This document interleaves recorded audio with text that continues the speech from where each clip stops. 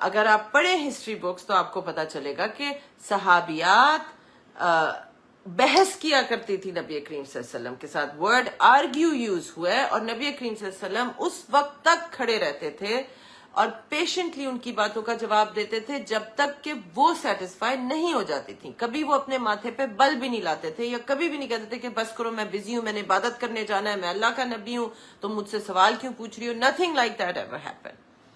تو میں ان کا توجہ اس طرف دلانا چاہ رہی ہوں کہ آپ لوگ کس خوشی میں عورتوں کو چپ کرا دیتے ہیں، یا بدتمیز کہہ دیتے ہیں، یا جاہل کہہ دیتے ہیں.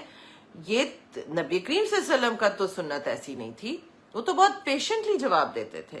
نبی کریم صلی اللہ علیہ وسلم نے فرمایا ہوا ہے اللہ نے میرے دل میں عورتوں کی محبت ڈال دی، آئی لو ویمن. تو آپ وہ والی سنت کو کیوں نہیں فالو کرتے؟ یعنی نبی کریم صلی اللہ علیہ وسلم ہمیں معلوم ہے کائنڈ تھے، he was merciful, he was رحمت للعالمین، but when it came to women ان کی کائنڈنس اور مرسی زیادہ تھی. آپ وہ والی سنت کیوں نہیں فالو کرتے ہیں؟ Women are as important as men. We matter, and our opinions matter, our desires matter, our agency matters to Allah Ta'ala and His Prophet Sallallahu Alaihi Wasallam.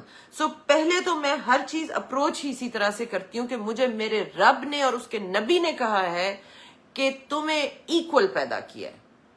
یہ بات یاد رکھیے، یہ قرآن ہے اور یہ سنت ہے.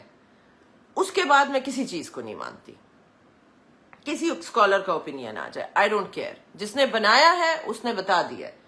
دوسری بات جو میں نے آپ سے کہی تھی کہ اپنے سامنے ہمیشہ نبی صلی اللہ علیہ وسلم کی سنت، ان کی اسوہ کو ایسے پڑھیں. مجھ سے کچھ لوگوں نے پوچھا تھا آپ کیسے اسٹڈی کرتی ہیں قرآن.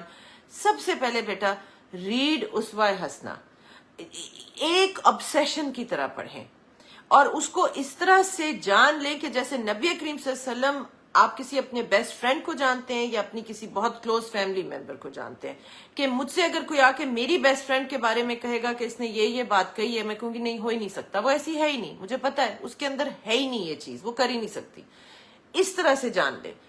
اس کے بعد جب آپ کسی کا لیکچر سنیں گے، تفسیر پڑھیں گے، ٹرانسلیشن پڑھیں گے، قرآن پاک، آپ کو باتیں بہت کلیئرلی سمجھ میں آئیں گی. سو دس از مائی ایڈوائس.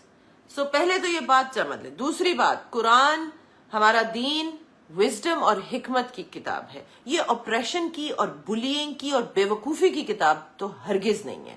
وزڈم اور حکمت کو سامنے رکھیں.